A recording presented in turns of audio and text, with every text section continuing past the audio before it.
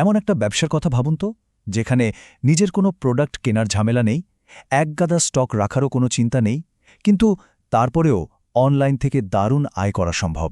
হ্যাঁ, আজকে আমরা ঠিক এই রকমই একটা অসাধারণ বিজনেস মডেল নিয়ে কথা বলতে যাচ্ছি। চলুন শুরু করা যাক। প্রশ্নটা কিন্তু বেশ মজার, তাই না? মানে কোনো পণ্য না কিনে বা স্টক না করে কি আসলে একটা ব্যবসা চালানো যায়?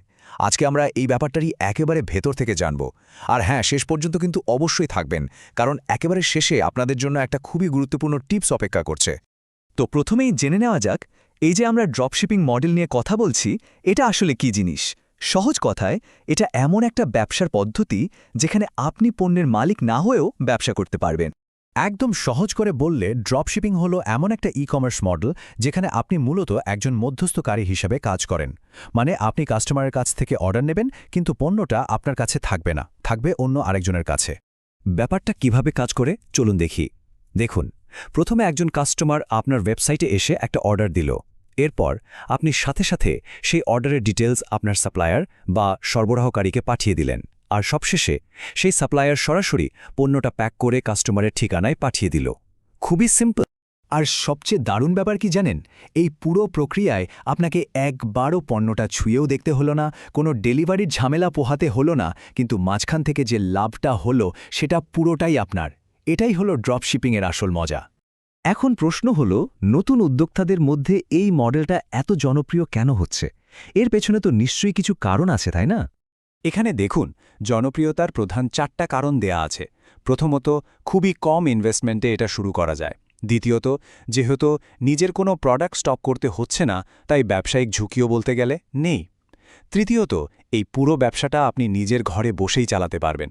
আর চতুর্থত, এটা আপনাকে সারা বিশ্বে ব্যবসা করার একটা সুযোগ করে দেয়।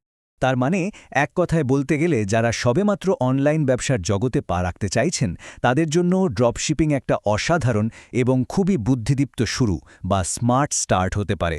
ঠিক আছে, আমরা মডেলটা বুঝলাম, এর সুবিধাও জানলাম। কিন্তু এখন প্রশ্ন হল, বাস্তবে এই ব্যবসাটা শুরু করতে গেলে ঠিক কি কি জিনিস লাগবে? চলুন এবার সেটা দেখে নিই। মূলত এই 5টা জিনিস আপনার লাগবেই। একটা ওয়েবসাইট, যেটা শপিফাই বা ওয়ার্ডপ্রেস দিয়ে বানানো যেতে পারে, একটা উইনিং প্রোডাক্ট, মানে যেটা বাজারে চলবেই, একজন বিশ্বস্ত সাপ্লায়ার, টাকা আদান প্রদানের জন্য একটা পেমেন্ট গেটওয়ে, আর অবশ্যই একটা ভালো মার্কেটিং স্ট্র্যাটেজি। দেখতে হয়তো অনেক কিছু মনে হচ্ছে, কিন্তু আসলে স্টেপ বাই স্টেপ এগুলো ব্যাপারটা খুবই সোজা। এখন আমরা চলে এসেছি ব্যবসার একেবারে হার্ট বা কেন্দ্রবিন্দুতে। সঠিক পণ্য খুঁজে বের করা আর সেই পণ্যের জন্য সঠিক কাস্টমার নিয়ে আসা, এটাই কিন্তু সাফল্যের আসল চাবিকাঠি। উইনিং প্রোডাক্ট, নামটা শুনেই বোঝা যাচ্ছে এটা সাধারণ কোনো প্রোডাক্ট না। এটা এমন একটা পণ্য যা মানুষের কোনো সমস্যার সমাধান করে, যেটা দেখার সাথে সাথে একটা ওয়াও ফিলিংস আসে, আর যেটার অনলাইনে ভাইরাল হয়ে যাওয়ার একটা দারুণ সম্ভাবনা থাকে। কিন্তু এইরকম একটা প্রোডাক্ট খুঁজে পাবেন কোথায়? এর জন্য আপনি ফেসবুকের বিভিন্ন অ্যাড দেখতে পারেন, টিকটকের ভাইরাল ভিডিওগুলো ফলো করতে পারেন, অথবা অ্যালি এক্সপ্রেসের মতো প্ল্যাটফর্মে ট্রেন্ডিং প্রোডাক্টগুলো ঘেঁটে দেখতে পারেন।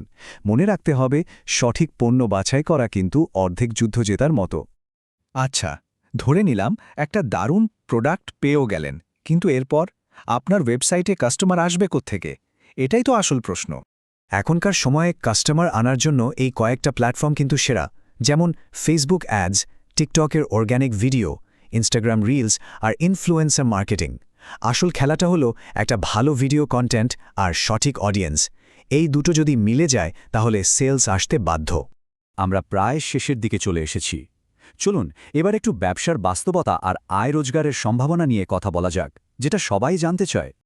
আচ্ছা, এতক্ষণ তো অনেক কথা হলো, কিন্তু আসল প্রশ্ন তো একটাই, ড্রপশিপিং করে আসলে কত টাকা আয় করা সম্ভব? এই চার্টটা একটা বাস্তবসম্মত ধারণা দিচ্ছে।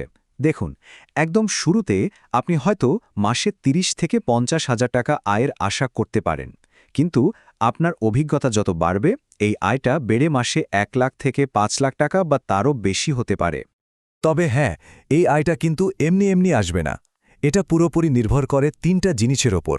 আপনি কোন প্রোডাক্টটা বেছে নিয়েছেন, আপনার মার্কেটিং কৌশল কেমন, আর আপনি কতটা ধারাবাহিক বা কনসিস্টেন্টলি কাজ করছেন।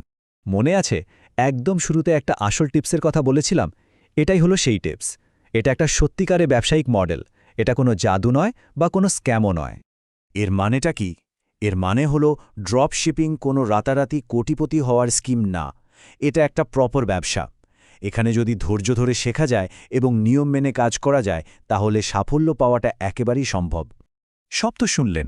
এখন আমার একটা প্রশ্ন, এই পুরো বিজনেস মডেলটার সবচেয়ে বড় চ্যালেঞ্জ কোনটা বলে মনে হয়, যেটা বেশিরভাগ মানুষকে সফল হতে দেয় না? একটু ভেবে দেখবেন